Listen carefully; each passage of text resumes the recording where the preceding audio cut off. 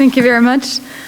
Before I start, I'd just like to find out, as Asma's already said, I'm not in academia at the moment. I'm a practitioner in the field. I'm based in Amman. I cover Jordan and Iraq. And I work for the German Friedrich-Ebert Foundation, but I'm not speaking on their behalf. These are my own points of views. You know that Jordan is located in a very tough neighborhood: Saudi Arabia, Iraq, Syria, Israel, West Bank. So no exaggeration that Jordan has a lot of crises in its vicinity that it has to deal with. The country has witnessed a continuous refugee influx, not only with the Syrian crisis, but dating back to the Nakba in 1948. Of course, the clashes and crises in the neighborhood have contributed to security logic in the country, which is more and more dominant. Jordan is a country with a small economy, very meager natural resources, and has been suffering from a permanent economic crisis. Yet Jordan has managed so far to stay what many call an oasis of stability in this region in turmoil. And given the heavy protection of Jordan's borders, namely with the support of the US, it is currently very unlikely that a major threat from the outside will instabilize the kingdom. However, this is not meant to downplay the dangers of a potential spillover of the crises in the neighborhood. There is also a very justified concern about returning jihadis to Jordan who originate from Jordan itself or from the Gulf countries, following, for example, a political solution in Syria. Yet the most significant challenge for Jordan's stability currently comes from within the country, referring to both violent extremism carried out by single actors or cells, as well as radicalization of parts of the population on a larger scale. Since Jordan joined the anti-ISIS coalition in September 2014, authorities have been on high alert for revenge attacks by lone wolves or sleeper cells. It is estimated that at least 1,500 Jordanian jihadis have gone to Syria or Iraq to join al-Nusra or ISIS, some of whom are known to have returned to the kingdom.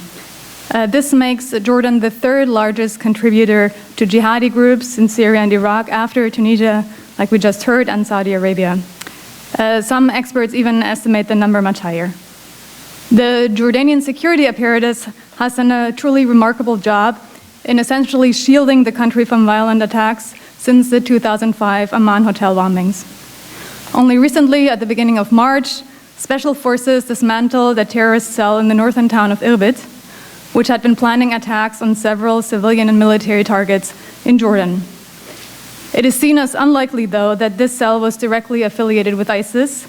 More likely, it was a group of ISIS sympathizers, which doesn't make it less dangerous, of course. Understandably, political decision-making in Jordan has hence become dominated by a security logic. Yet there are two issues to bear in mind in this regard. Firstly, it is crucial not to overlook the strength which Jordan has drawn from being a relatively open society in regional comparison and from harboring an increasingly active civil society.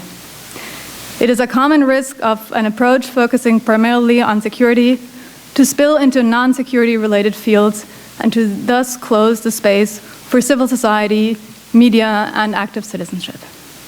Secondly, and this is what my following remarks will outline in more detail, while in the current circumstances, a straightforward approach relying on the country's security apparatus is indispensable in the short run, it must go hand in hand with a long-term strategy addressing some of the deep-rooted issues which are key to preventing radicalization. I will present three areas where, in my opinion, immediate action is essential in order to preserve Jordan's stability. Of course, this list is by no means exhaustive. School curricular and the education system in general are key as well, but would require an entire paper to itself. So there are many other issues, for example, radicalization or re-radicalization in prisons that also merit. But I've selected three issues which, in my opinion, would show considerable impact.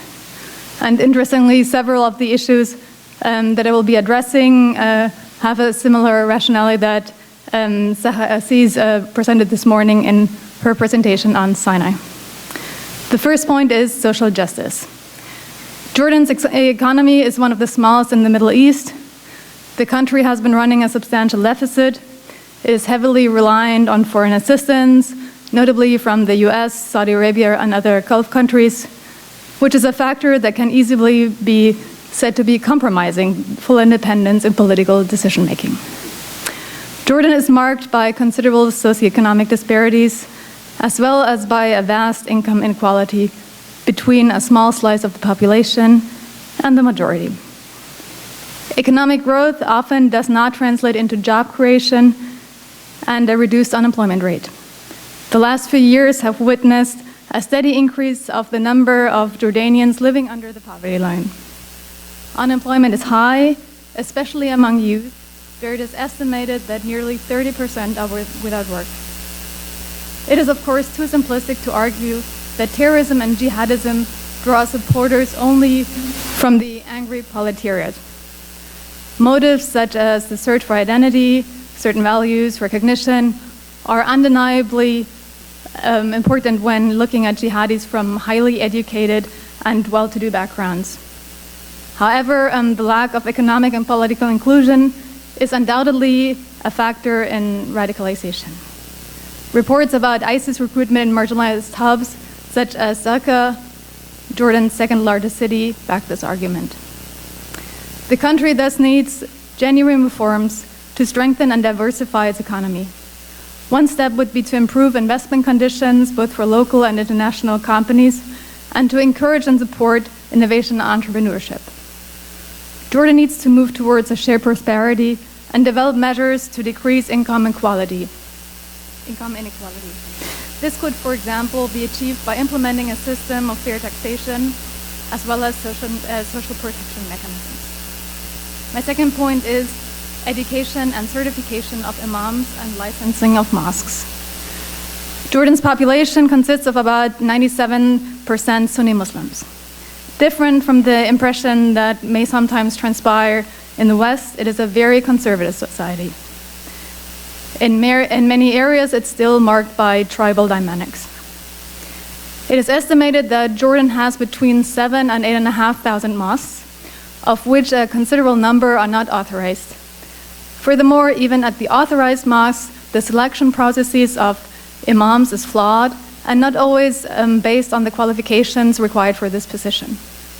However, once unauthorized mosques have been built and imams installed, it is almost impossible for the authorities to go back on this. Friday prayers are widely attended, and numerous mosques have been known to be breeding grounds for radical Islamists. The government has not been inactive in this regard, yet not all the approaches are proving to be efficient, and the scale of the current attempts is too small. While state interference in the content of religious preaching must be kept at a minimum, any form of hate speech must be clearly banned and legally pursued. A well-developed, transparent system of mandatory education, training, and certification of imams needs to be adopted to guarantee their qualification. Significant support should be provided from the international community in funding the building of a comprehensive training and certification program for imams. My third and last point is dialogue with moderate Islamists. When I was preparing my remarks a few weeks ago, I had elaborated on the traditional arrangement between the Jordanian government and the Muslim Brotherhood, and had contrasted it with the situation in Egypt and several of the Gulf countries where the Brotherhood had been outlawed and is being suppressed. Last week, though, the authorities in Jordan shut down the headquarters of the Muslim Brotherhood along with many of its offices in the governorates. This, of course, presents a drastic deterioration in the state-brotherhood relationship. So since I'm running out of time, I will skip the brief summary of the history of the Brotherhood in Jordan, just to say that traditionally there had been a partnership or a relationship of tolerance between the Brotherhood and the state. But the last few years have seen a growing division within the ranks of the Brotherhood. In 2013, the Zamzam movement was launched, which called for substantial reforms within the Brotherhood, 2014 saw the arrest and subsequent sentencing of the Brotherhood's deputy overseer Zaki Banir for criticizing the UAE with regard to their decision to designate the Brotherhood as terrorist group. In 2015, 40 Jordanian Brotherhood members officially registered the so-called Muslim Brotherhood Society, which was quickly recognized by the government as the official Brotherhood in Jordan, thus basically outlawing the old Brotherhood, which still retained the large majority of the membership. It has been strongly suggested that the government has partially supported or even openly encouraged these internal divisions. Since last year, the disintegration of the Brotherhood has rapidly advanced, and the situation has become more and more complicated. Last month, the old Brotherhood was banned from holding its internal elections, and the recent crackdown on the Brotherhood is now opening a completely new chapter. It constitutes a worrisome development which risks alienating and radicalizing many moderate Islamists. It may well lead to increased underground activity and provide easy prey to recruiters for Nusra and ISIS. It is in the interest of the country's stability to seek an inclusive dialogue with the Islamist actors. In this, the Brotherhood can serve as a platform and a reference point. Shunning or disintegrating the Brotherhood will not reduce their Islamist clientele. On the contrary, it will likely lead to their radicalization. As Nadir al-Hashimi pointed out this morning with regard to Egypt, the Brotherhood could be a firewall against extremism. It remains to be seen how the situation will further develop, especially with regard to the upcoming elections, presumably in the fall, where, as we see right now, several Brotherhood-inspired political parties are likely to compete with each other.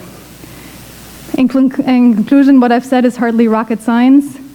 The need to tackle these issues is evident, yet the efforts that are currently being undertaken are baby steps at best, while the situation clearly demands more decisive measures. Thank you very much.